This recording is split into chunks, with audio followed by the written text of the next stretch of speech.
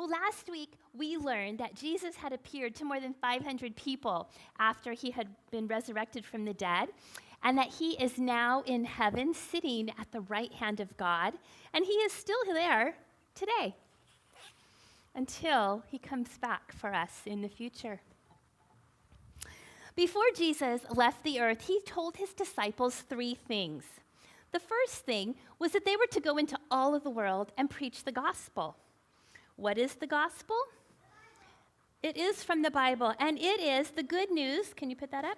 That Jesus died on the cross so that we could be forgiven of all of our sin, those wrong things that we think, do, and say.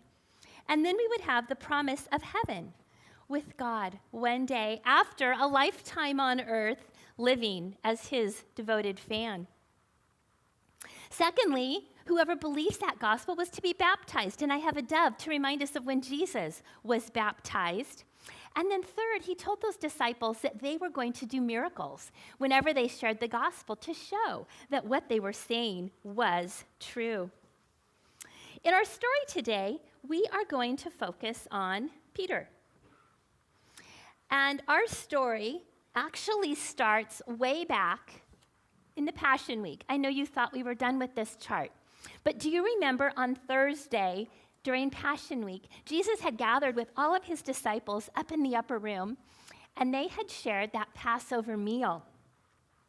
And then after dinner, they had sung a hymn, and they had gone into the beautiful garden of Gethsemane where they were going to pray.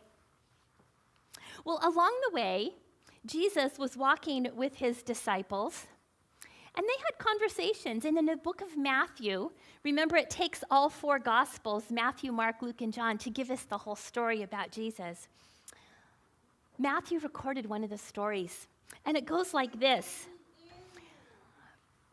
Jesus told Peter and all the disciples that that very night they were all going to fall away. They were going to leave Jesus.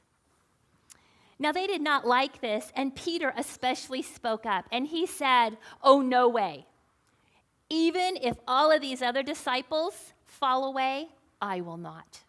And even if I have to die for you, Jesus, I will do that. I will not disown you." Let's put the fish down for just a minute. Okay. Well, they go to the garden. They pray. Jesus is betrayed. He's arrested. And all those disciples fled, and they left Jesus alone that very night. Peter and John followed Jesus quietly to the temple or to the courtyard of the high priest.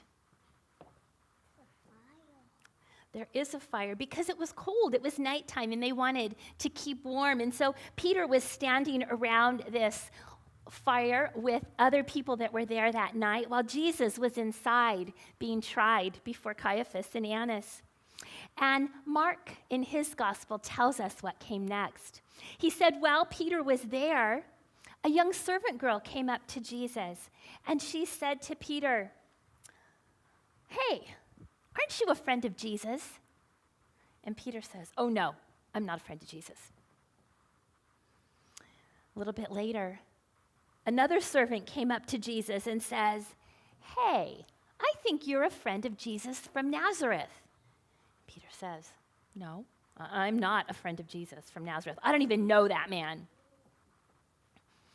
About an hour later, another servant of the high priest came to Peter and said, "I hear you talking, and your accent, the way that you say all the words, sounds like you are from Galilee." We know Galilee is in the northern part of Israel, and they're down in Judea. And Peter says, "No, I swear to you, I give you my oath that I am telling the absolute truth, that I do not know that man." All of a sudden, the rooster crowed. Will you hold up our rooster? In that very moment, Peter looked up and he saw Jesus.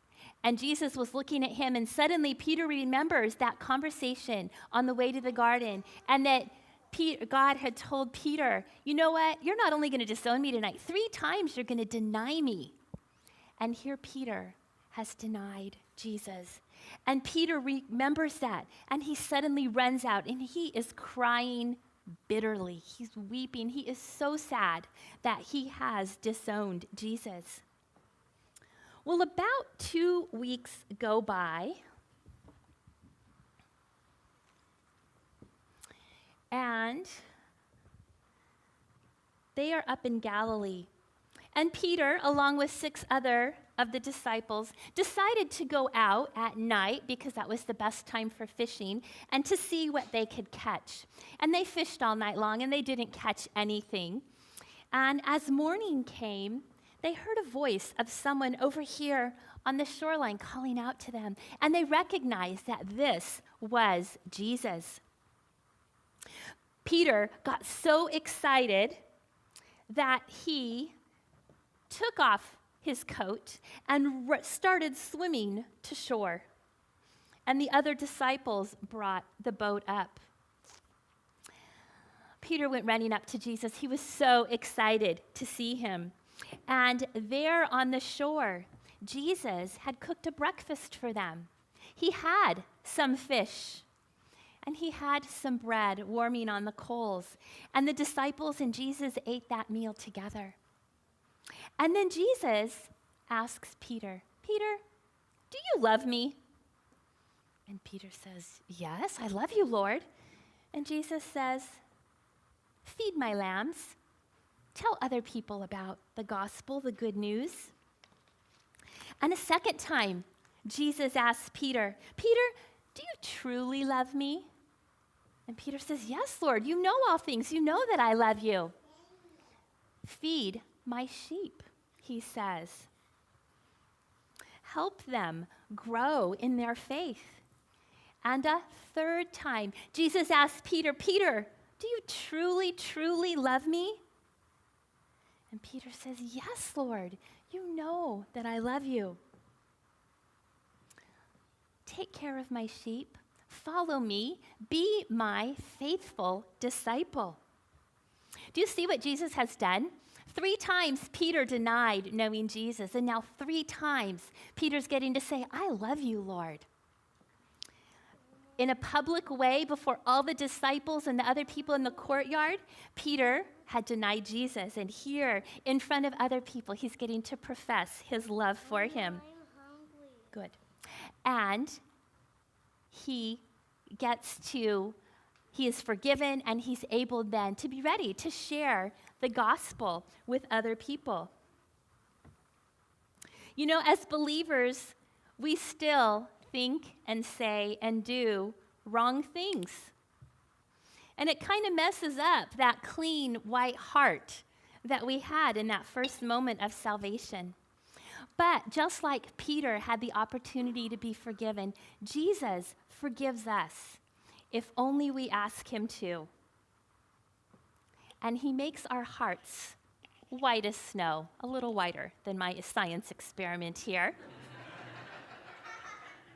But you get the idea. He cleans us all up again. He restores us so that we are ready to continue sharing the gospel. We are going to add a picture to our timeline of this story today.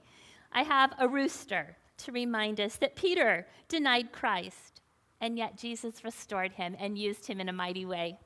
Miss Suzanne, would you come forward?